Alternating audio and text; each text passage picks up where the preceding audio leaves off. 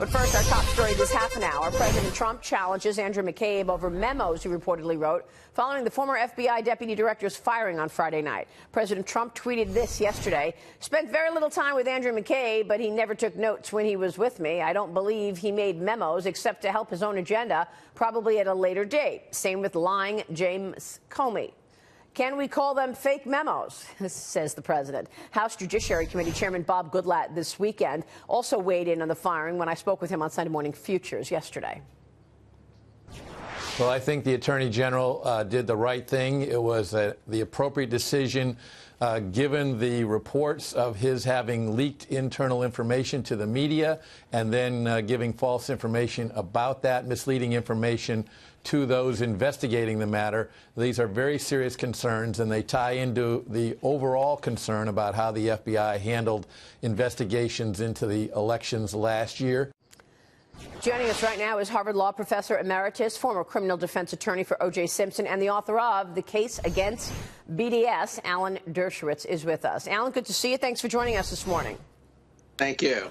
Look, I want to get to the breaking news from my interview yesterday with the chairman of the Judiciary Committee, and he said to me he will subpoena the missing documents from the FBI. Now, the FBI, apparently there were 1.2 million documents that Goodlatte and Trey Gowdy have requested, and the FBI only sent 3,000, Alan, and now Goodlatte said he will subpoena those missing documents. Your reaction? Well, certainly, the American public has the right to see these documents. The American public also has the right to see the report of the Office of Professional Responsibility that justified the firing of McCabe. And McCabe can help that process if he waives his right to privacy and demands that the public be able to see the Investigator General's report, the Inspector General's report, the Office of Professional Responsibility.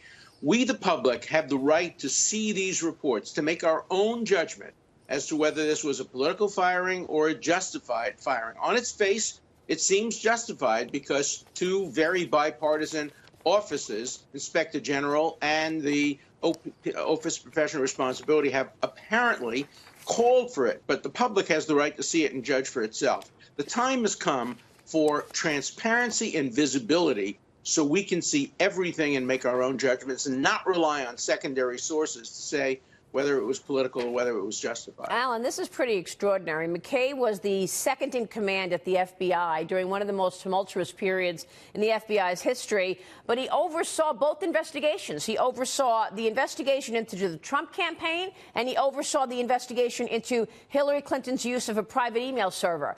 And the difference in terms of those two investigations, Bob Goodlatte told me, was stunning. Well, I think the reason that we now are suspicious of any of these investigations is that they've become so darn partisan. You'll remember right from the beginning, I called for the appointment of a nonpartisan commission to look into all of these issues so that we can have trust in the investigation. Right now, we don't have trust in the FBI. We don't have trust in the CIA. Look at what the former director of the CIA said the other day, and Senator Ron Paul has taken up to task for it. We don't have trust in the Justice Department. We are losing trust in the investigators. Who will guard the guardians? That's why it was so important, and it still is important, to have a nonpartisan investigation commission, much like 9/11, that the American people can have faith in, and everybody can say, this is nonpartisan. So you agree there should be a second special counsel then, Alan? No, I think there should be a nonpartisan investigative commission, not a special counsel. Okay. Special counsel work under the supervision of the Justice Department, whereas an independent commission works independently, appointed by Congress, but works independently and reports directly to the American people. Yep. If that were being talked about, I mean, they're talking about a second special counsel. Here's Bob Goodlatte with me yesterday on Sunday Morning Futures.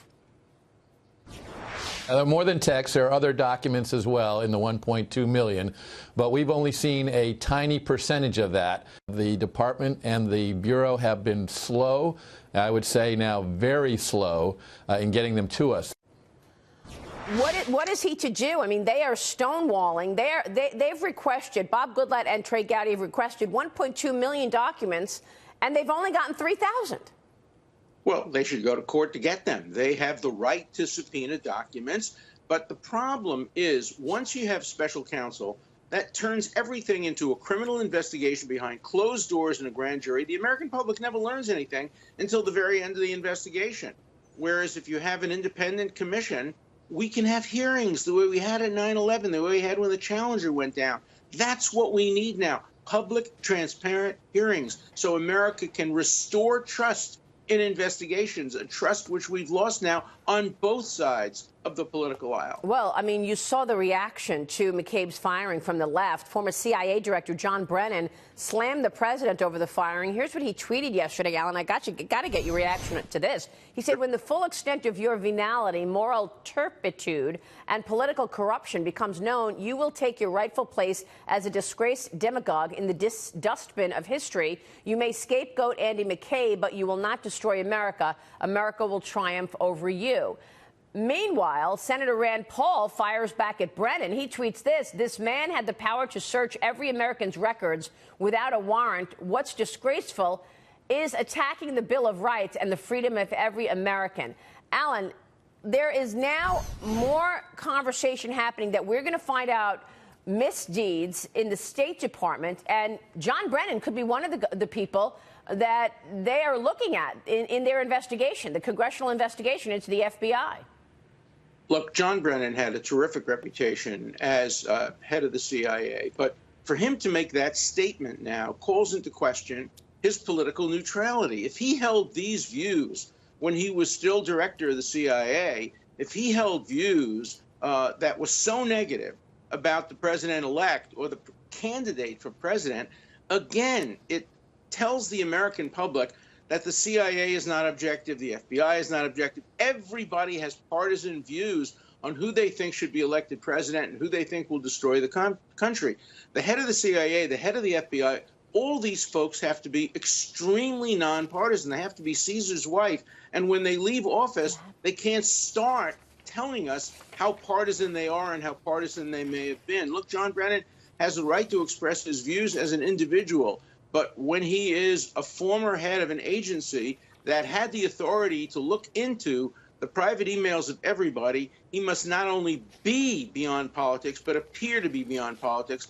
And I think, unfortunately, he violated that trust when he made this very partisan statement. Right, and it's more than that. He's been trashing President Trump now for months, and people are wondering how involved he was, because he was still working there at the CIA during some of this time that this congressional investigation is going on. I want to point your attention to Andrew McCabe's statement on Saturday morning after he was fired, because he basically said in his statement Saturday morning that he had the authority to share information with the Wall Street Journal, and he was given that authority by the director, and many people knew that he was sharing information with the Wall Street Journal. President Trump also spoke out saying this. He said, watch Comey lie under oath to Senator Grassley when asked, have you ever been an anonymous source or known someone else to be an anonymous source?